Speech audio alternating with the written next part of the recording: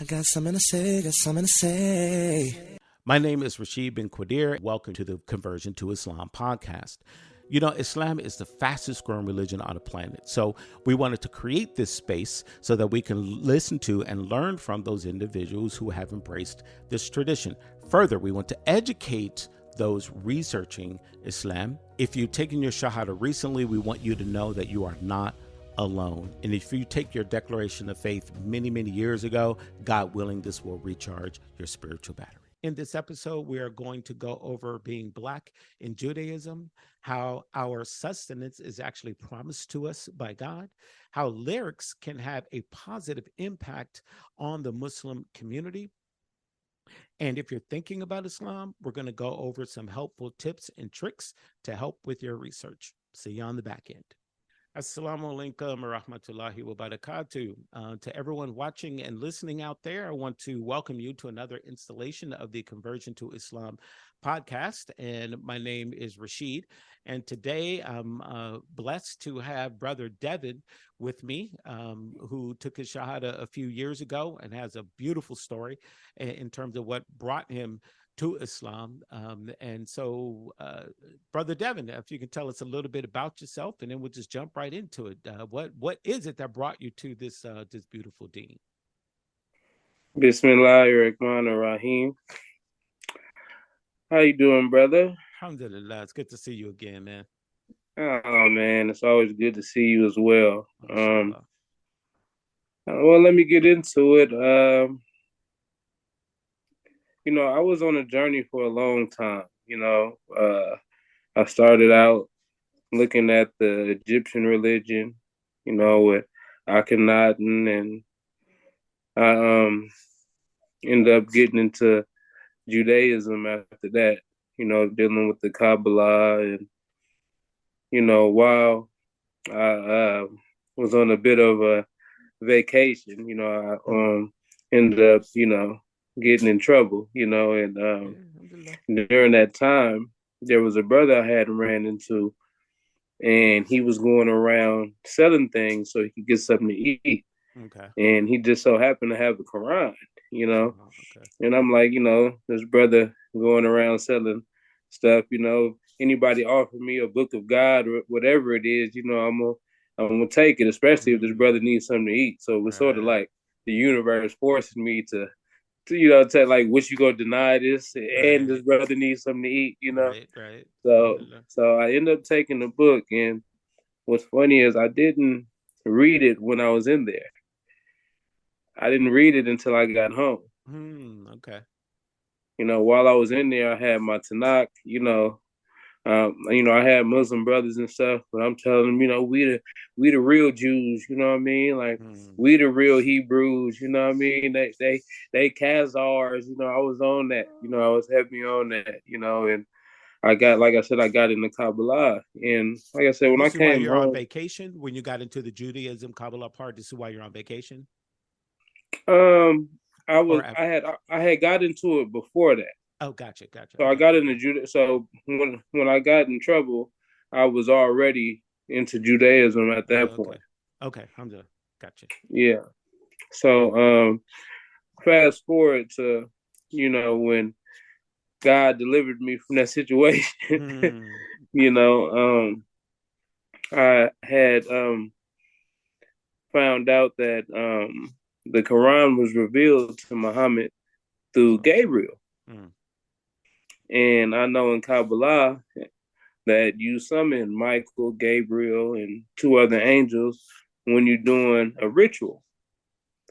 And to me, it just struck me like, oh man, what if Muhammad was doing a form of Kabbalah and he got this revelation, and that's sort of how I took it. Like, okay, he got a revelation and the Quran is it. This is it.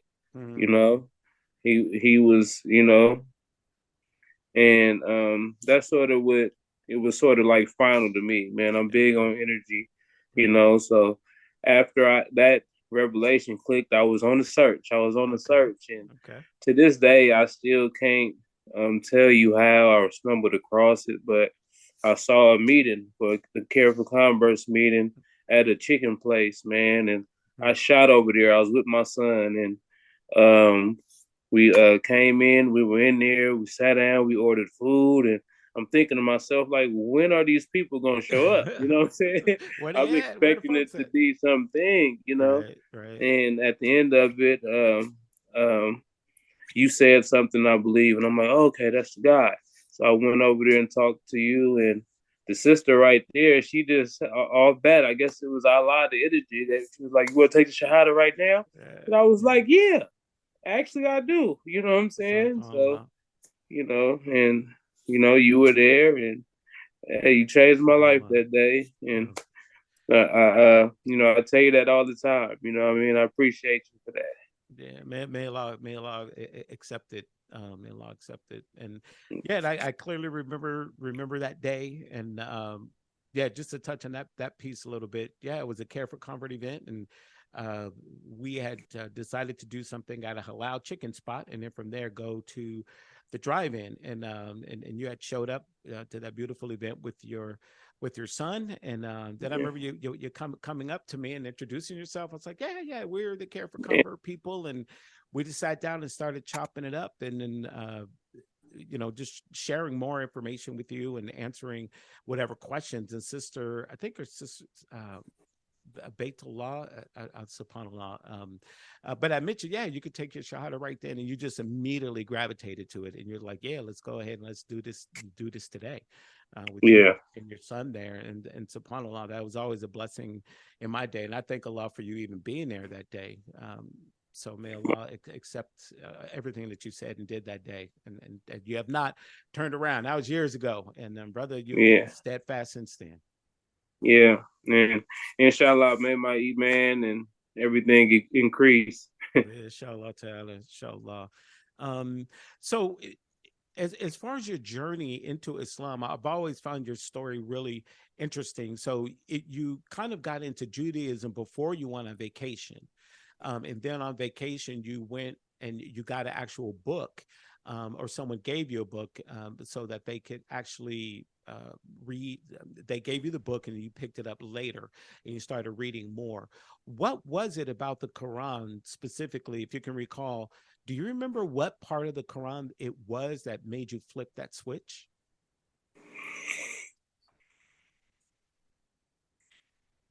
That's a good question.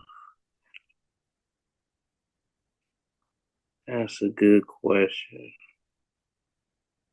Yeah, because I know some of the prophets that are in Islam, You know, are some of the same prophets from Judaism and Christianity. Was it that or something else? What do you think?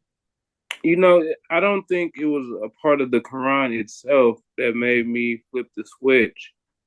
I think I flipped the switch, and then it led me to the Quran. Okay. So, you got all this stuff on YouTube and all of this now, and I think that's what was going on. I was watching something on Islam, and it Okay. told me that Gabriel revealed the Quran to Muhammad, and it's something just clicked in, like, oh, Oh, okay. Gabriel, wait, Right. hey, you know what I mean? The only time when Gabriel's in the room is when you're doing Kabbalah. Yeah. You know Okay. what I'm saying? Subhanallah. Okay. All You right. know I what I got mean? you. So So to me, it clicked. Like, okay, okay. that may be true. So then I picked up the Quran. And then once I picked it up, I was just in love with it. Like, wait a minute, this is what I've been looking for. Because Subhanallah. I had an issue with Judaism, the fact that they don't accept Jesus. Okay. Okay. And that was going to be my So, next question, the great segue into it, so because there was something about Judaism where you didn't buy in wholeheartedly before yeah, vacation and even man, during. that was What my was that? thing.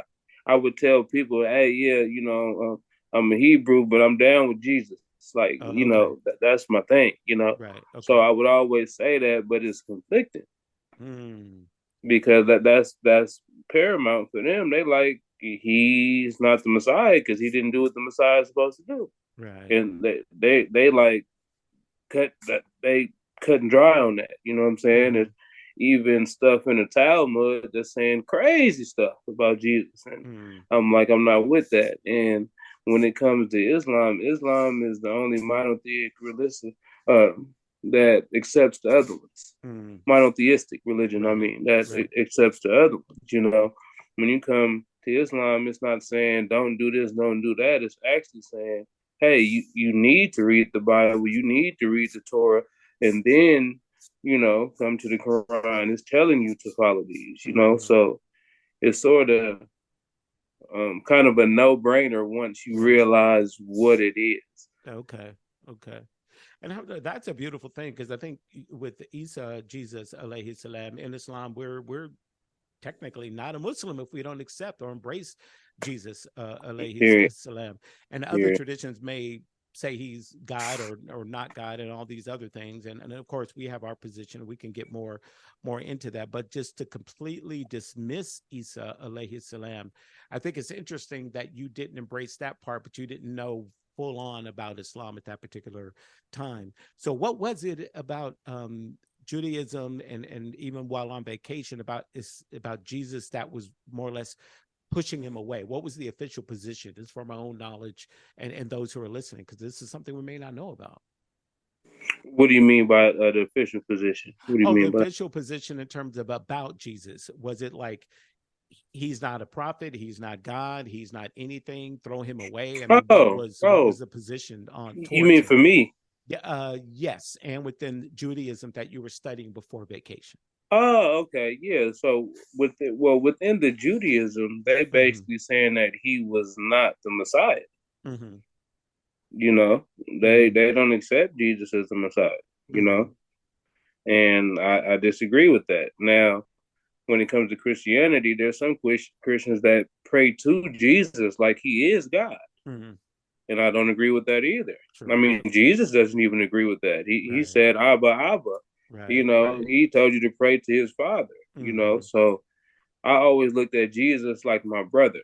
Okay. If that makes any sense. Like, we're all vessels, and, the microcosms for the macrocosm, So I always looked at it, from that aspect. And that's deep, because that is the true Islamic position, is that Jesus isn't God. He's not the son of God. However, he is a great prophet, and without believing in him, we can't believe in any of the other prophets, although we hold the Prophet Sallallahu Alaihi Wasallam, the Prophet Muhammad, dear. But Isa alayhi salam is a whole nother level in terms of what we think and what we feel about him. 100%. Yeah. Now, when you're on vacation, were there many Black Jews while on vacation? What was... now that's funny, right? So there was one.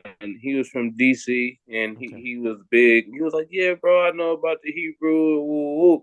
But most of them were Muslim. Like, if most people were surprised. I said I'm Jewish. People looked at me like I was crazy, man. That's not common, right? Oh, they looked at me like I was crazy, man. What I mean? And I had to break it down, and it was real funny. While on my vacation, the prime person that was trying to keep me on vacation, was Jewish, Okay. So they was looking through my stuff and saw I had a Tanakh, and that I had essential Judaism, and that I got all this Kabbalah stuff, man. So it wasn't the norm per se, but there were a lot of Muslims in jail. SubhanAllah. And as I've said in other podcasts before, there's no compulsion in religion, and everyone is on their path in their own journey. And I find it very interesting that you were given a Quran while on vacation. Right. But while on vacation, but didn't pick it up and start jumping into it really with both feet until after the vacation was over. Right. Yeah. Right. Like, I didn't. I'm just like that. You know what I'm saying? Somebody hungry, I'm gonna give you something. You know what I mean? And the fact, like, he could have just asked me for a soup, I would have just gave him the soup. He didn't have to give me the Quran. You get what I mean? Right. So it's just the way it came to me was like it was meant for me. He was going around, and I'm like, I'm not gonna. All right, here, brother. I'm not gonna turn down the book of God. And I had this book, and I put it on my bed, and that's what it was. Right. Right. You get what I mean? It wasn't, so it was just the way that it came. I didn't ask for it. You know? Yeah. And it's been said that our sustenance is written for us from God. Matter of fact, I still have that Quran. Oh, you still have it? I got that exact one.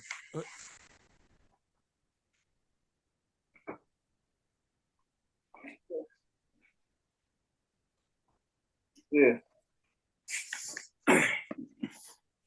Zach one. Oh, subhanallah, subhanallah. Yeah, I'm glad you kept that one, and that one will always, I'm sure, have a dear spot on your bookshelf. Oh yeah. Oh Yeah, yeah, man. yeah, That right there. yeah, You're subhanallah. 100%. Yeah, and our sustenance is always written for us. Allah promises that no matter what, we're going to get that. And if you can touch on that piece a little bit, because that individual, whether he given you a Quran or otherwise, you were going to feed him. So looking at it from his side, it was about his sustenance on that day to where he was going to be felt. So what's your feeling on sustenance being provided? I'm sure you've been through situations in life and whatnot. What's been your feeling on that part, just sustenance being paid for, and even how it affected that brother that day? You know, at heart, I desired to be a philanthropist. I think, Okay. like that's my end game. Mm, I'm big on giving. You know what I'm saying? Like it's better to be of service to the community than to just have all these things. You know what I mean? mm, If everybody around you isn't thriving, like I've been blessed to have been to a point to where I've had a lot and mm, kept everything to myself and been that like, hey, no, I need it all type of attitude, mm, and um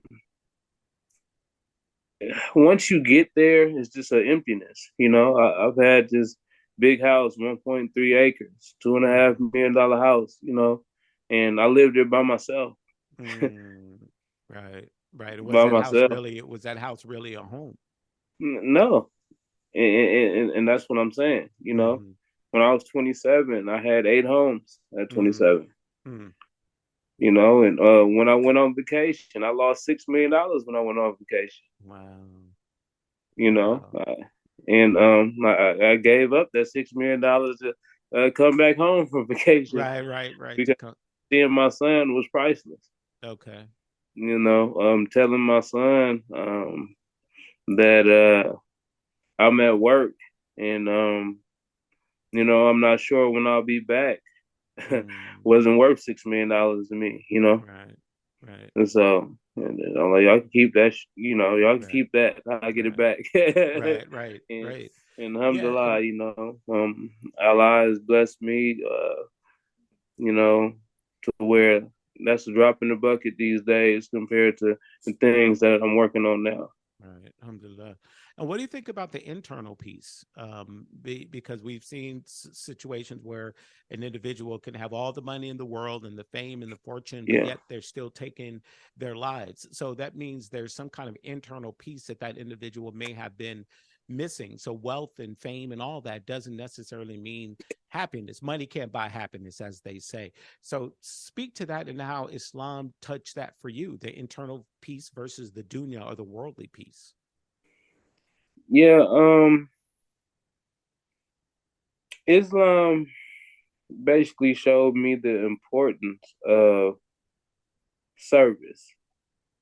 You know, the fact that what makes you the best Muslim is the amount that you do for others. The Mm, giving. How much you give, how much of an impact that you've made. right. The Prophet sadaqah, the Muhammad charity. was, yeah, Prophet Yeah. Muhammad was considered the greatest man in history, and he had dominion. He could have kept all the wealth for himself. He had a rich wife and and these Mm, things. So I like the fact that it's about service. I'm also big on people lying. You know what I mean? mm, So Islam, it sort of forces you to be a man, mm, be what I mean, be respectful, be honorable. You know, um, even with wearing a lot of gold chains and stuff like I used to do and stuff right. like that. Um, it was more like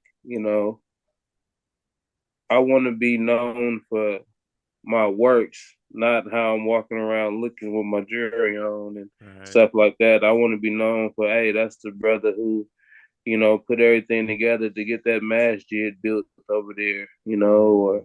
that's the brother who put together that program that helped these brothers make sure that they have something lucrative to do, Mm-hmm. you know? Mm-hmm.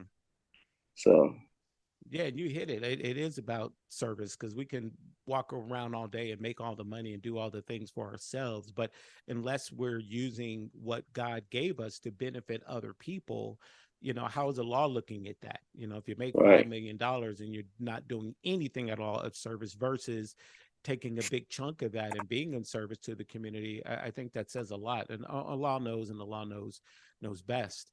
And alhamdulillah, brother, I've known you for years, and I was there the day you took Shahada, and I know you today, and I've seen that growth and that development, going from where you Alhamdulillah. were to where you are now. We're all Just on getting that journey. started, brother. Just getting Alhamdulillah. started, inshallah, And man. it's a beautiful, beautiful, beautiful start. And I know you have a lot of people out there who follow you because of how you are in the rap game and the music game. And I've seen your lyrics go from that to from where it was, which is beautiful, alhamdulillah, to talking about more Islamic deen related conversation. And that's in that internal service part. That's your way of giving service. So touch on that and how you feel that can impact the community. Yeah, man. Dawa. Dawa, dawa, dawa, dawa. Mm, Man, I'm big on dawa at this point in my life because it's just the truth, man.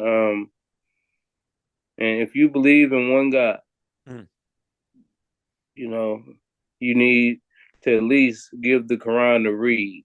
mm, I'm not saying you gotta convert or none of that, but if there's a book like the Quran mm. out there that's supposed to complete your book and the book after it or the book before it, I think if you are a spiritual person, it would be wise at least check it out. Give it a So shot. Give it I a would shot. challenge anybody who thinks that there's only one God to at least check the Quran out.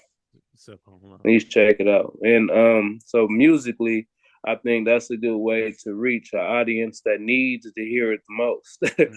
you mm, know, there are certain parts of our religion that feel like music is 100% just prohibited, but on the other side of that, the people who listen to that music they deserve dawah as well, and right, I believe that is a wonderful way to get to them.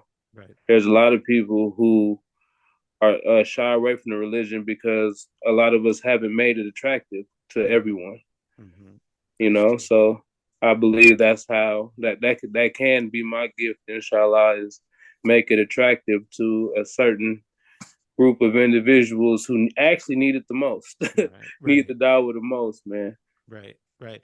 And there's always a difference of opinion on music and this and that. But at the end of the day, and you and I've talked about it, the Man, lyrics, I it's see about your the drum back lyrics. there, brother. I see Yeah, your drum back got to beat. I'm from a musical family. Got to play my drum. Can't nobody take my drums from me, man. That's like taking a there. piece of me away from me. So, subhanallah. Man, So, mashallah. alhamdulillah, Mashallah, and, brother. and and music is a way to connect to people, and it's Yeah, it's about man. the lyrics. I mean, if you're talking about the B word and the MF word and all that Yeah, versus come to the prayer, come to Salat, come to the masjid, that's got to have an effect and man. an impact. And in your experience, what kind of effect has your new music had on people? Hey, you know what? So,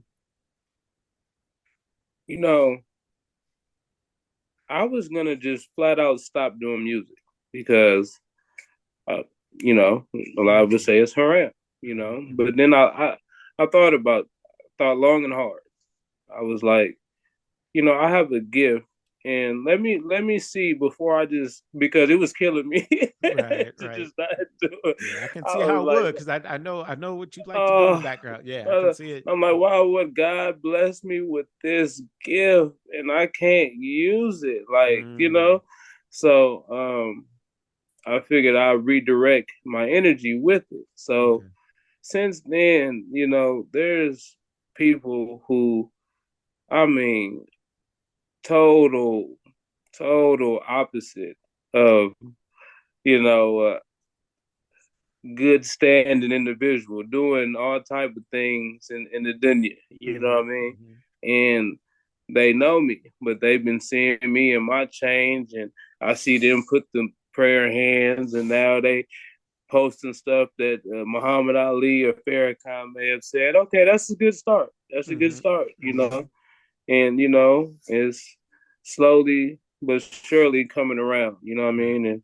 And that's my thing. I'm not forcing it down nobody's throats, but I want to show people my success with the religion and Mm-hmm. show people, you can still be cool and be a Muslim. Right. Uh, so that's my thing. I want people to see it is cool to be with the dean. The dean is cool too. Right, right, right. you We know, can have fun in the dean, as long yeah, as man. it's halal You and ain't got to and get drunk and you don't need the strippers popping it in your face and all that to right, have a good time. You can still live even more pure and have even more fun and have even more money right, if you focus and pay attention to what's right.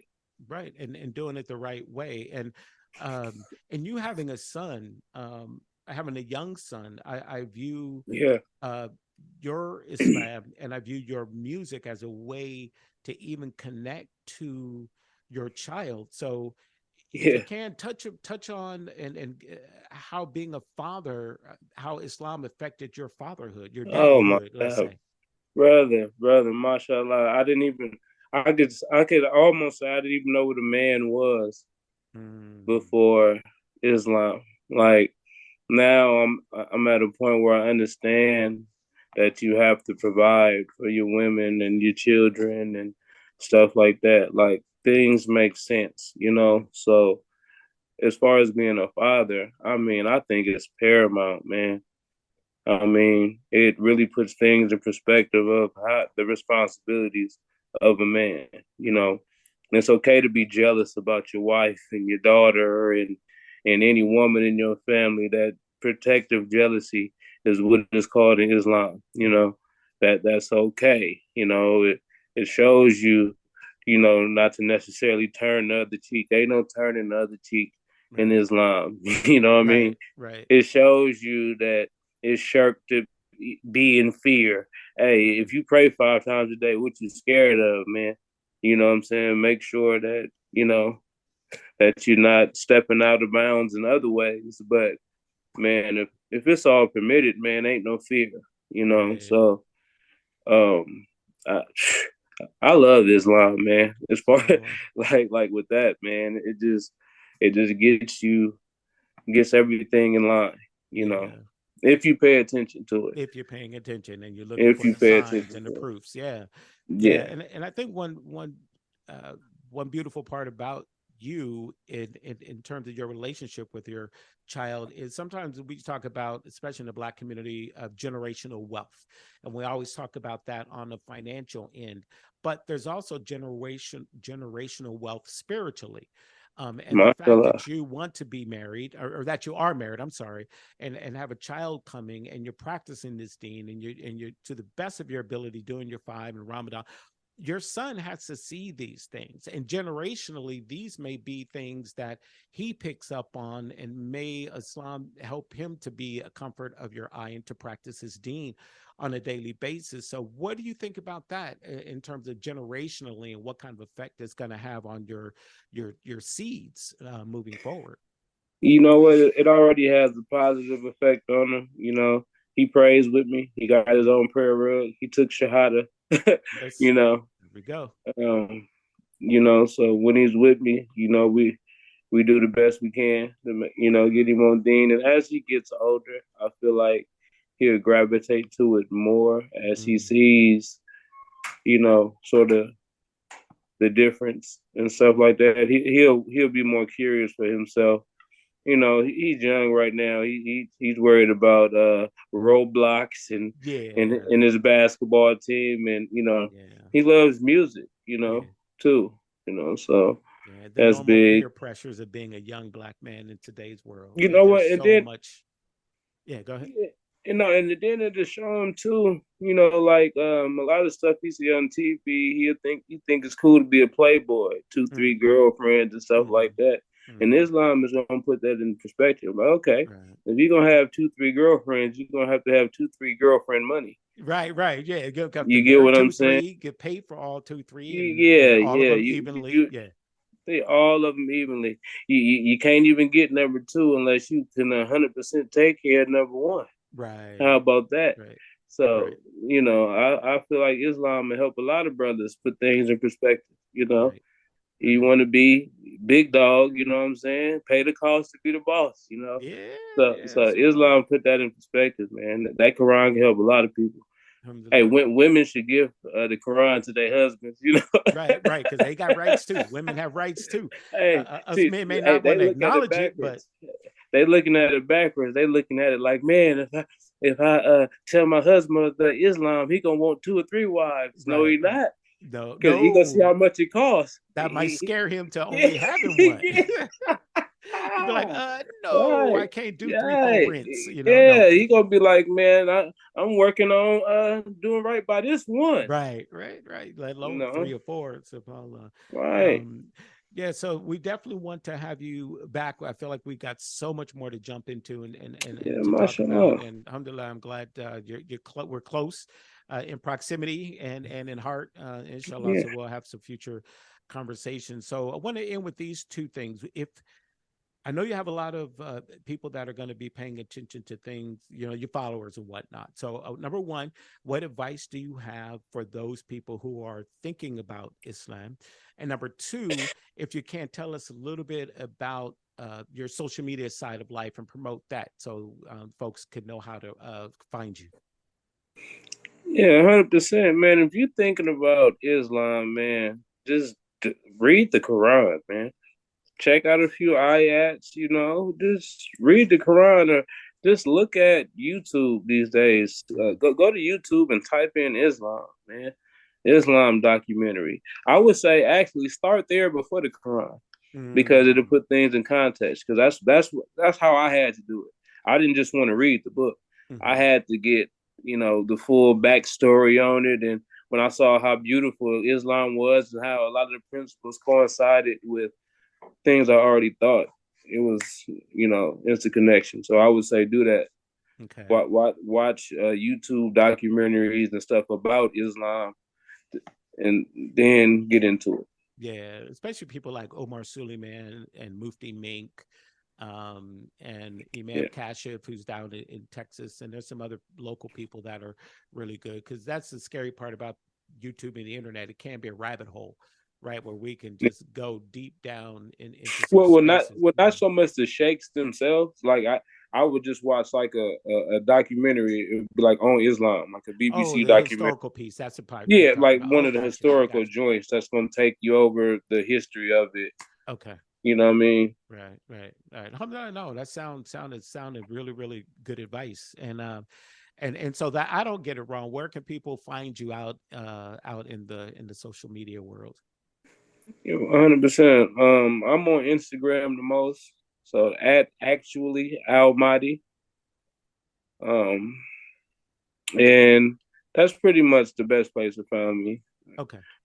Okay. And I'll make on sure we add Instagram. that into the comment field on the YouTube channel. I'll make sure we add that link into the comment field, inshallah. Okay. Yeah. And for my private equity firm, it has its own page. It's at Apeiron Equity. Okay. Okay. Alhamdulillah. All right. Cool. So And we know where to find you. yes, sir. Yeah. Alhamdulillah. Well, Inshallah. inshallah ta'ala, once again, it was a definite pleasure talking to you and having you here. And if we've said anything tonight that have been a benefit to anyone out there, is from Allah and from Allah alone. Subhanaka wa bihamdika ashhadu an la ilaha illa anta astaghfiruka wa atubu ilaik. A'udhu billahi minash shaitanir rajim. Bismillahir rahmanir rahim. Wal asr. Inna insana lafi khusr illa alladhina amanu wa amilu salihati wa tawasaw bil haqqi wa tawasaw bis sabr. Assalamu alaikum wa rahmatullahi wa barakatuh. Thank you for spending time with us here at C2I. We hope that you found this beneficial. And if so, you know exactly what to do. Smash the subscribe, like, and share button. And for additional content and other conversion stories, please see our YouTube playlist, the Facebook page, the Conversion to Islam website, or any of your favorite podcast applications. Onwards and upwards towards the light.